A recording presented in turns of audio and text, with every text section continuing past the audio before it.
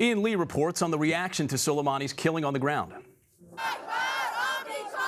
With tears in their eyes and death to America on their lips, thousands in Iran mourn the death of Qassem Soleimani. Their sorrow quickly turned to anger. A former commander of Iran's Revolutionary Guards warns the great nation of Iran will take a harsh revenge on the government of the U.S. That revenge may start Sunday when the Iraqi parliament meets to vote whether to kick all U.S. troops out of the country for launching the missile strike that killed Soleimani. And there's another potential flashpoint tomorrow with the funeral of the Iraqis killed in the attack. Their procession will take them through the Green Zone and within a mile of the U.S. Embassy. Well, joining me now from Washington is Matthew Koenig. He's a professor at Georgetown University's School of Foreign Service, also worked on issues involving Iran at the Pentagon during both the Bush and the Obama administrations. Thanks for joining us, Matthew. Well, Matthew, pleasure to be on. Yeah, as we mentioned, you worked for both the Bush and the Obama administrations, advising them specifically on relations with Iran. So given the current political climate between the United States and Iran, was this the right call for the Trump administration? It's a really hard call. You know, in national security, there are risks to action and there are risks to inaction. And you never quite know what the right decision is. The Bush and Obama administration had opportunities to go after Soleimani. They decided it wasn't worth it. In this case, the Trump administration decided it was worth it. And Trump administration officials said they had credible intelligence that Soleimani was planning multiple attacks in multiple countries against U.S. personnel. And so if you're the president of the United States responsible for protecting U.S. personnel, it's very hard not to act in that situation. If the Trump administration hadn't acted, we might be having a conversation today about why we allowed Soleimani to kill many Americans in the Middle East.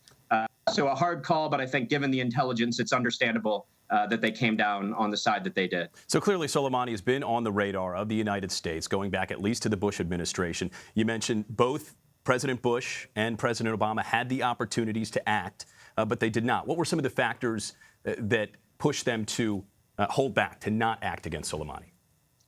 Well, primarily the risk of Iranian retaliation. And Iran does have many means to retaliate against the United States, its allies, and its interest in the region. It has the largest stockpile of ballistic missiles in the region.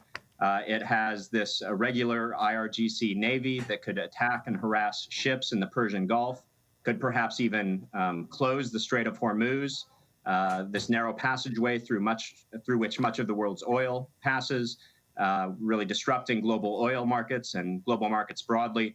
And it has this network of terror and proxy groups that Soleimani controls that have conducted terror attacks around the world in the past. So these are all of some of the ways that Iran could have retaliated in the past and could still retaliate in the coming days. So these are still factors that we have to consider, that we have to look out for. That's right. When you consider Iranian capabilities. Now, when you consider Iranian political calculations, it becomes more complicated. On one hand, Iran has to retaliate in some way. The supreme leader would look weak if he didn't retaliate at all after the attack on Soleimani. On the other hand, the supreme leader doesn't want a major war with the United States. He understands that a major war with the United States could lead to a major defeat, could lead to the end of his regime. So my guess is right now the supreme leader is meeting with his advisors, looking for a kind of Goldilocks approach, a way to strike back enough to restore deterrence, but also in a way that's not going to provoke a major war with the United States. And how does the United States prepare to defend itself against such possible retaliation? Well, I think one of the things the United States is trying to do right now is to deter the worst forms of Iranian retaliation. And you reported on the deployments of additional U.S. forces into the region. And I suspect part of the reason that was done so quickly and so visibly was as a means of deterrence against Iran, to show them that the United States is preparing forces, that if Iran retaliates in a major way, that we have forces in the region, and that we have escalation dominance, that any major conflict is going to be worse for Iran than it will be for the United States. So it's not a foolproof solution, but it's a way of trying to influence Iran's calculation and to try to make them opt for a more restrained approach. Is it too late to prevent some sort of armed conflict?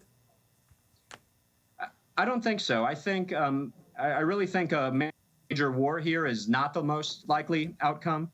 I think Iran will look for this kind of Goldilocks calibrated response. And I think so it's likely to play out in the form of cyber attacks, maybe proxy attacks over the course of weeks and months.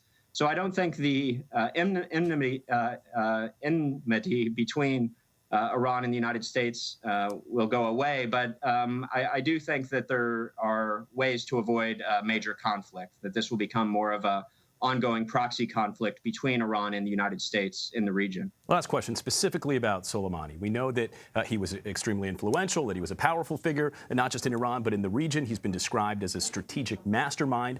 Considering all of that, how big of a loss is this to Iran? This is a major loss to Iran. He was the head of Iran's extraterritorial forces, charge of Iran's intelligence, one of its most influential military leaders. And so they've already named a successor, and so that person will try to step in and take over. But, how successful would the Patriots be if they lost Tom Brady? Or, think of another analogy like that. So he was a major figure who's overseen Iran's operations for over 2 decades. So that is a big loss in terms of operations, but also in terms of symbolism. He was revered by many in the Iranian military. So big symbolic and operational loss for Iran. Revered also by many Iranians themselves, too. Matthew Koenig, thank you for your expertise. Thank you.